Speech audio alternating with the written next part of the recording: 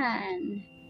Bago pa lang yung aking YouTube channel na yan. Pero meron na siyang 48 subscribers at meron na akong 36 videos na na-upload. Actually, ito yung aking tawag nito, channel na kung saan nilalagay ko lahat ng mga tutorials or mga videos. Kapag meron akong mga nadidiscover na mga tools or mga tawag doon, yung parang simplify task, dito ko sinishare. Ayan. Para naman na makahutulong sa mga iba na gustong matuto. Hindi lang sa pagiging isang VA but also in their own work, sa kanilang mga trabaho, no?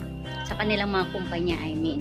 So anyhow, yesterday was my 10th year, no? Oh, eto pala yung aking website. Actually, dalawa ang aking website. I have perisos.vaservices.com, which is my business, and then ito naman yung aking blog website, which is ladybossgva.com. And doon ako nagpo-post din ng mga vlogs about pagiging VA. Ayan. So, ito po yung aking office. Pakita ko lang para makita ninyo. Ayan. Wait lang. Baka masagasaan ko yung natutulog dito. Okay. So, that's my area over there.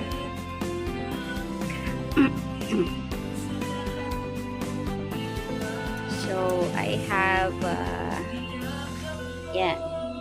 Dalawa yung aking monitor, and then ayan po siya. May pampatay ako ng langaw, lamok na nandoon. So I have my tablet running there, at may alkansya po ako na tig 20 pesos. Ayan, ikot ko. Ayan, so that's my phone line. Ayan po yung aking area. Okay, so yun, kabibili ko lang nung aking isa pang stand. Pwede siya sa laptop, pwede din siya sa cellphone. Hi. So this is the area. This is the area where I work. And so yan. Let me just show you.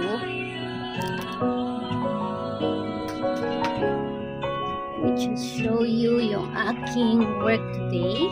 Yeah. Hinaan ko lang sandali yung aking sounds, yung aking worship. Yan. So this is also the area wherein I do my tutorial para sa Helping Hands VA.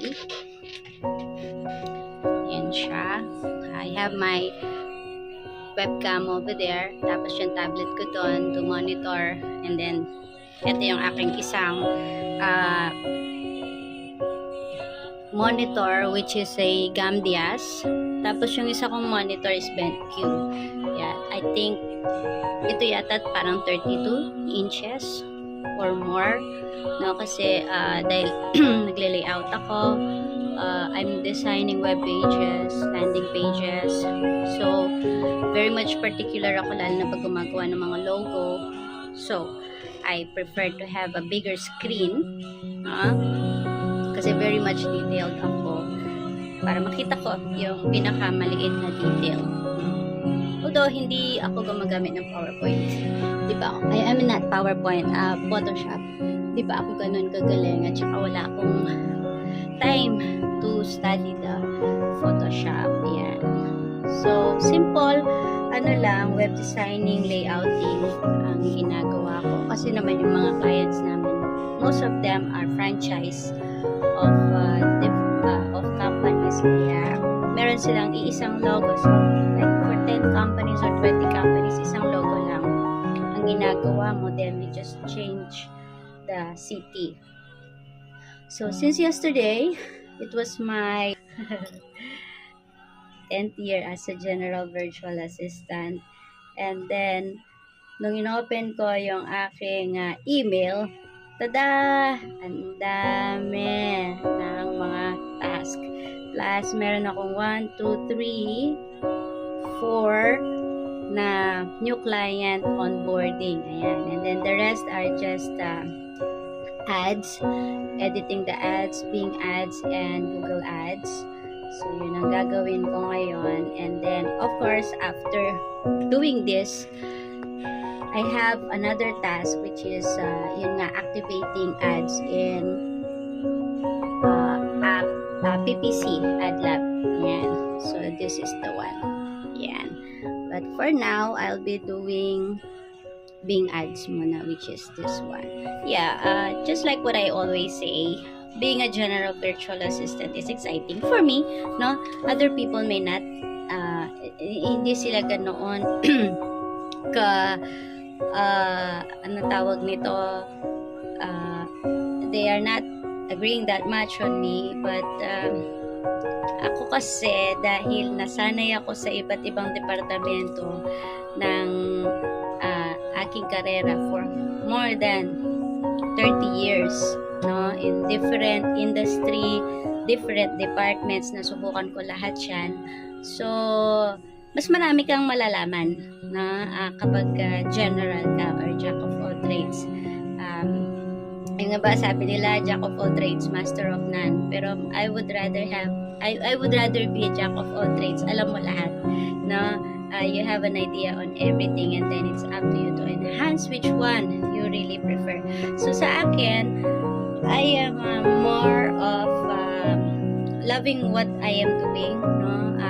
Repetitive task is pag ano kasi minamani-mani mo na lang pag repetitive, and you become faster in working on it. And the most important thing is that you earn a certain amount for the task that you are doing. Kesa naman sa merong ang ginagawang paulit-ulit, wala kang namang kinikita ng extra, diba? So, not to be negative, but I just want to encourage everyone na it's better, no, na marami kang alam, no, in the field of the virtual industry. The more things that you know, the better, and the hireable you become. There is nothing as easy as 1, 2, 3, because I believe that in everything that we do, practice makes perfect, no? I'll give you an example. When I first did my own website, I used my portfolio. Mahaba yung aking portfolio. It's about 11 pages. So, kapag binasa yon ng dire-diretso, maboboring o mababurn out yung magbabasa dahil sa dami ng information.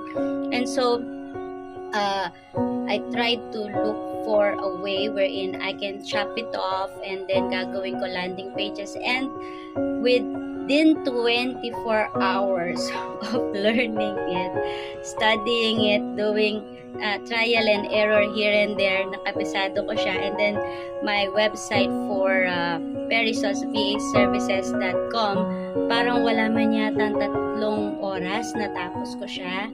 And then yung ladybossgva.com, parang nasa kalahating araw ko lang ginawa. So once the content are there, they are easier to publish, no?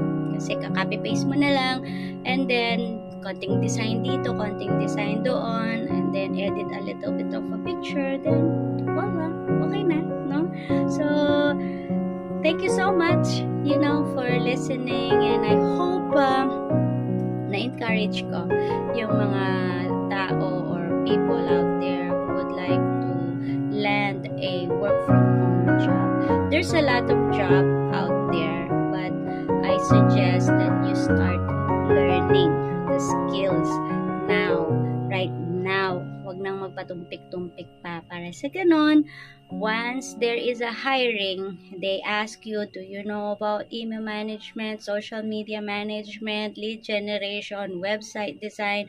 You can confidently say, yes, I can do. So,